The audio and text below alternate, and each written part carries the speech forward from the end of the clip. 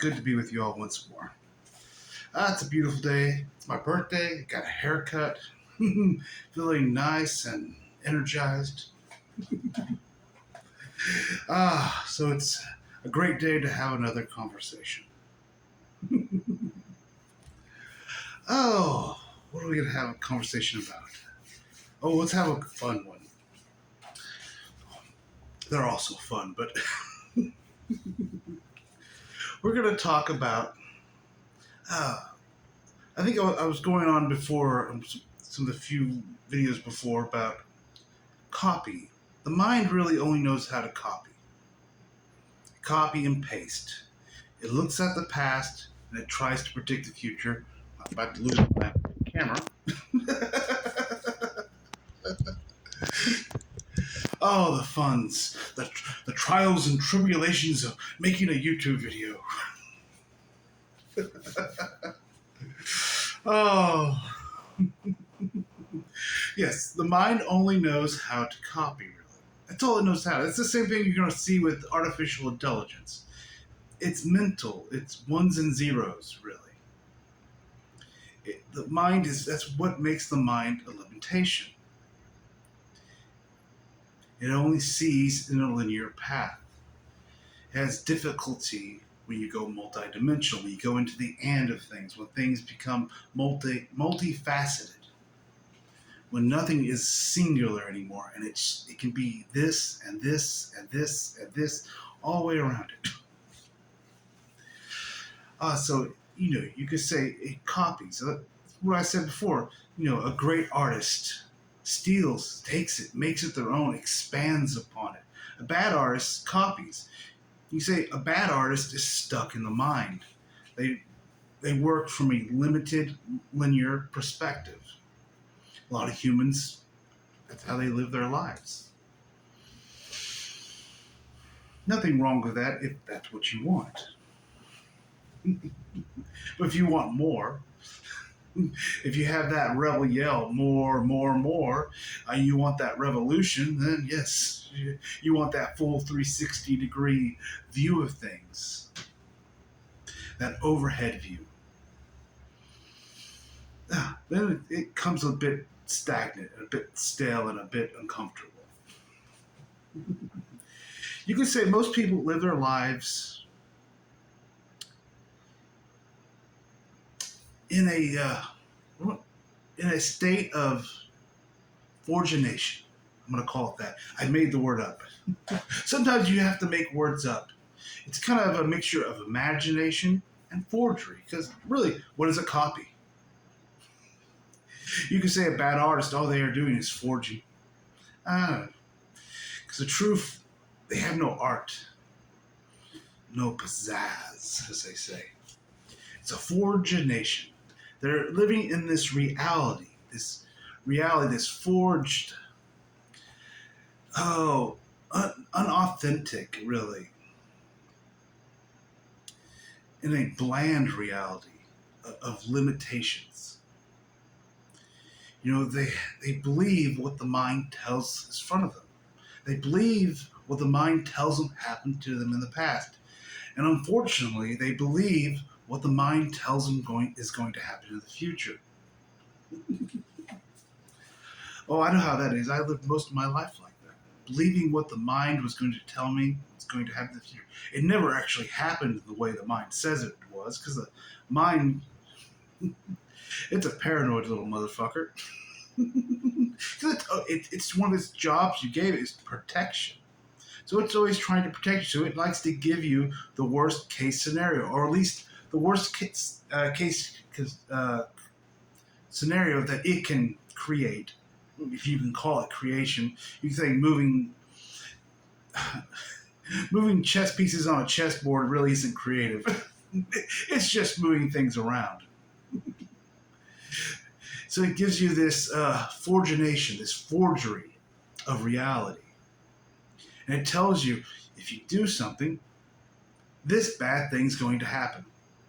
Because, maybe something like that happened in the past, or it heard about it in a newspaper, or, well, people don't really read newspapers anymore, but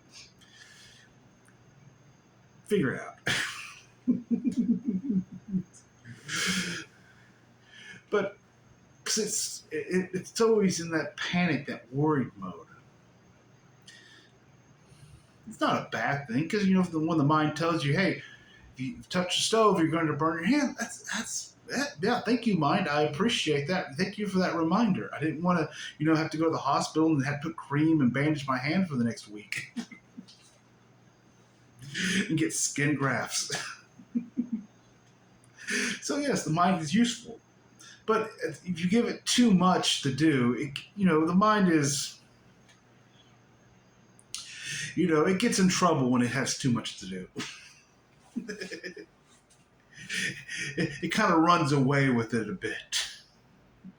It gets a little too active. You're like, I didn't really ask you to. Did I really ask you to do all that? Well, you said that. The mind's like, it takes a little rope and hangs itself in a way. So it's always creating this forgination, this forgery of your reality that is telling you that you're in. And that of course, that was kind of what we wanted in a way, because that forgery, that, this counterfeit reality, this unauthentic reality,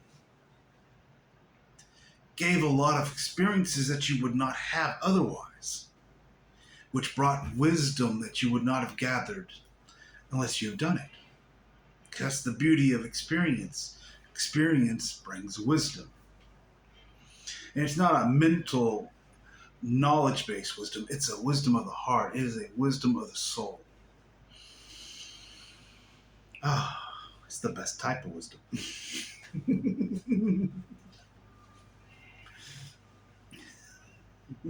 You don't have to be old and gray to be wise. But usually that just happens to be the time you give up. After you live 50, 60 years on this planet, you're like, oh, I surrender. I'll start allowing. And the wisdom comes.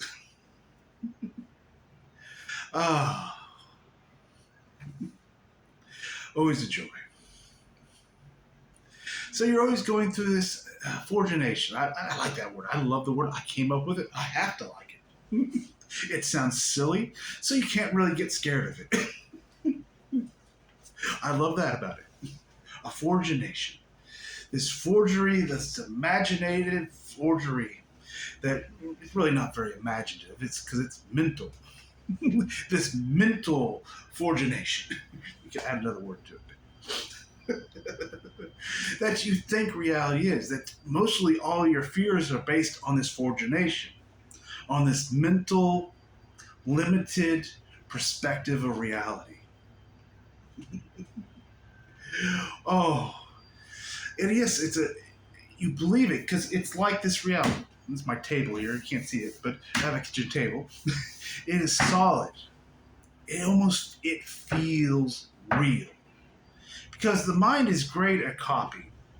Well, of making imitations of things. They're not. You could say emotions. There are emotions. Emotions are real, but most of the emotions you feel are mental emotions. You can say you have emotions, but a lot of the ones that you actually get are actually created in the mind. You say the mind's trying to come up and create emotions, a copy of it. Those are a lot of the emotions that you actually get, that you actually allow. They feel real.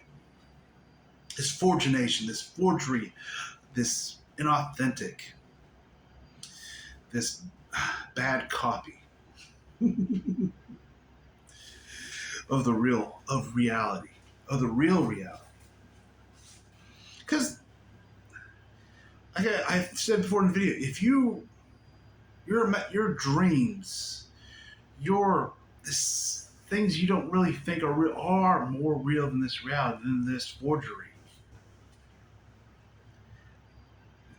It really is. When you go into the other realms, when you explore into them, you'll see how it kind of brings to the awareness how unreal this reality is. In a way, it is real because you're experiencing it. The experience is very real. That's really why we came here. So, in a way, it is real because you're having an experience, but another way, it really isn't the way things are. It's not factual because it's that forgination. It's a mental, limited view. The table feels solid, but is it? Even science will tell you it's not. Even science is starting to catch up to metaphysics in some ways. This table isn't solid. The only thing that tells me this table is solid and that it's making sound is coming from right up here.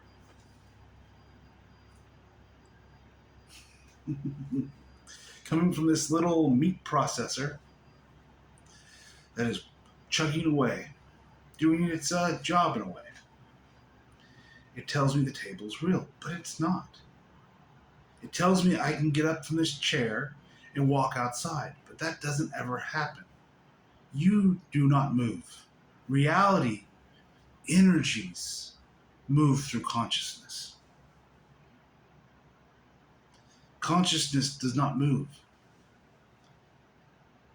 because it is nowhere and it is everywhere. Consciousness is stationary.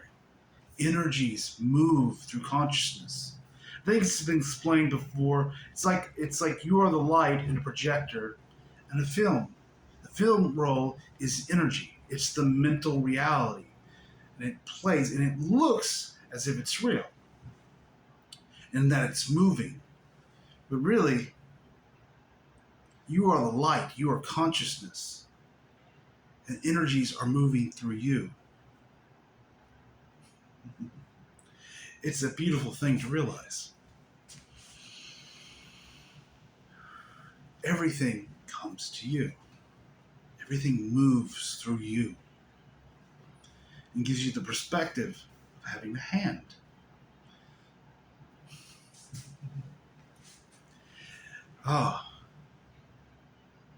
Reality is, well, limited or otherwise, is beautiful. So when you go outside the mind, the limitations, the mind is still there. As long as you're in this body, you're going to have a mind. You're going to have the solidness, in a way.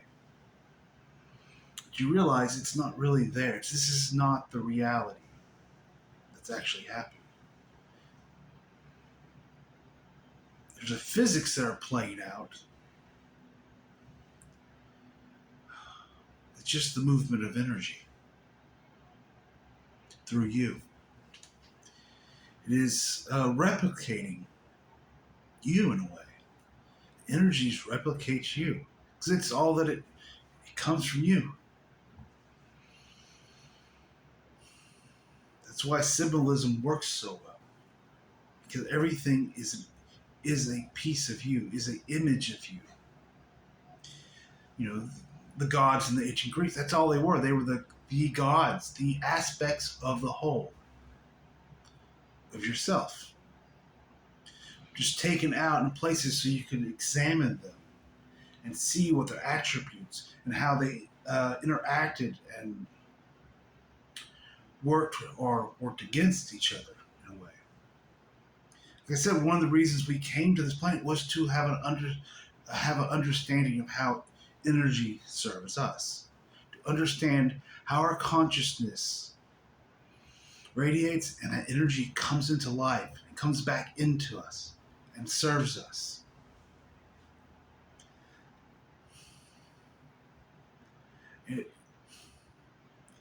It's beautiful. Because right now, energy is still separate from us. No one has ever integrated energy into the whole being. Maybe that's our next adventure. Integrating energy into consciousness. Because it comes from consciousness. It is consciousness. But at the time, at this moment, we have never integrated it. The future. What is to come? That's a beautiful thing. How will we do that? What next experiment will we create for that? I'm very curious on it myself. It sounds exciting. But first things first. We got to finish this experiment first.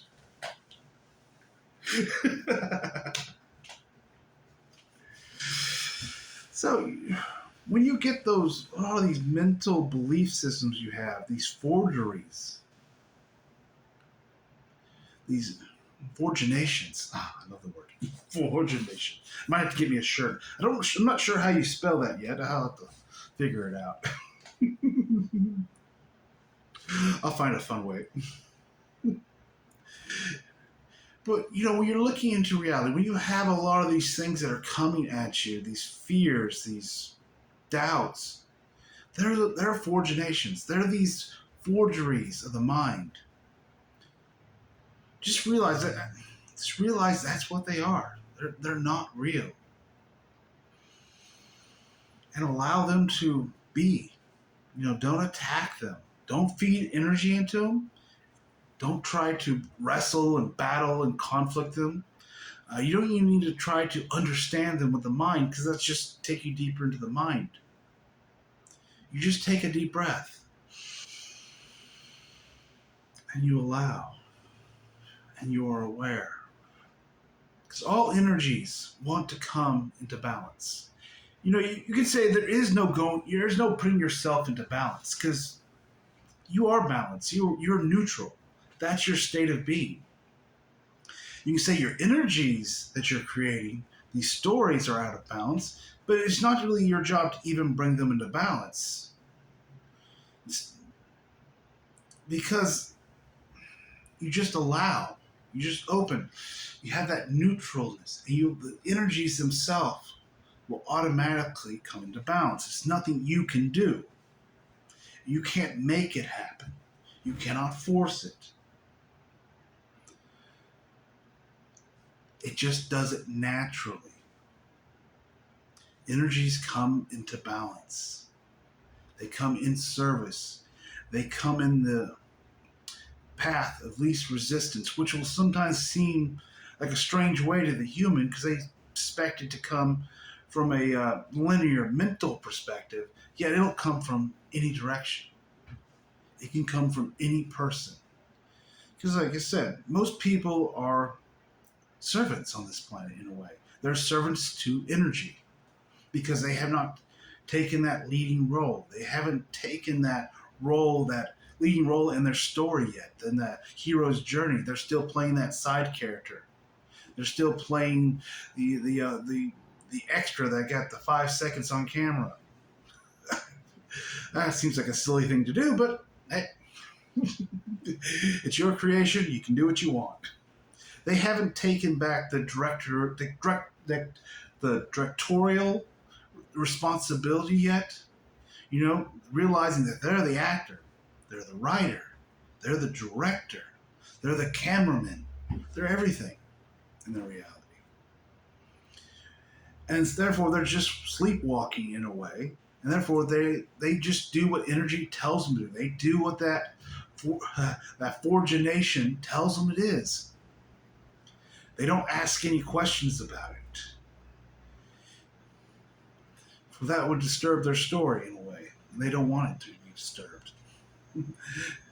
That's why I just show them compassion. Let them be there. That's why we say a master is in service. Everyone else is a servant. They are servants to their own selves, their own energies, to energies of other people around them. They're the eco warriors. They're the warriors who are going out and fighting all the battles. Let them do it. They're just following energies, movement into balance. You no longer have to do that once you come to realize it. Then you step back behind that short wall. You shine your light. You give compassion. Let them play out their stories. Let them move as if they're energy. See where I'm going here? We came here to understand energy, how it works, how it moves. In a way, when you're playing that servant to the energy, you're being carried along in the story of energy. You're playing out the part of energy in a bit. so you could have an understanding of it, a wisdom of it, of how it works. But once you have the realization that's what you're doing, well, remember, everything follows consciousness. That means your consciousness has expanded. That realization came there for a reason, to get you out of being that servant to your own energy anymore. To start coming back into your sovereignty, into your responsibility as being a God also. As being a being of creation. A creator being. Isn't that beautiful? Oh.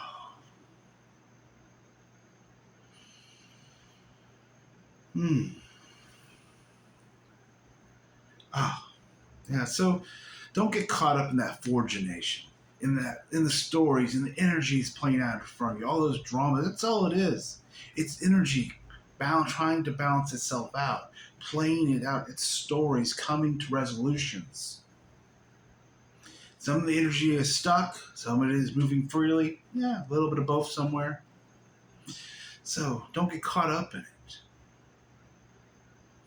There's no victory in that. There's no winning the game. The game was never meant to be won. Because even if you, what you say, you win the lottery, you become famous, you're in all the tabloids and magazines and TV shows, what the fuck? Who gives a shit? At some point, you're going to die. And you're just going to start over again. As a little baby, nobody. There is no winning the game. It just rehashes over and over again until you realize the point of playing the game is to realize you don't need to play the game anymore. You came to that awareness, that consciousness, that realization. It's the beauty of the game. This has been a fun one. So, thank you all again. I'm going to go enjoy the rest of my day and just enjoy being me. Enjoy that love of myself.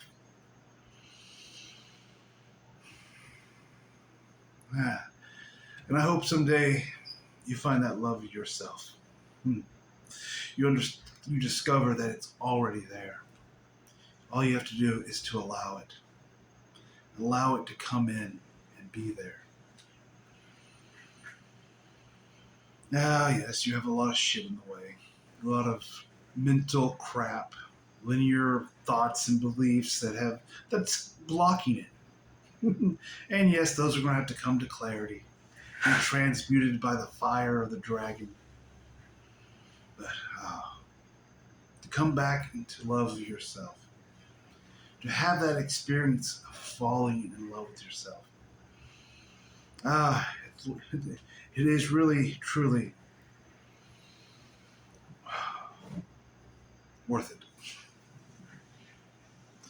So, again, I wish you all a wonderful day. No words. I have no words that I can say that it would adequately represent what I really, truly feel about you. Thank you all once again. I truly appreciate you for being here on this planet at this moment in time. Truly, truly brave pioneers.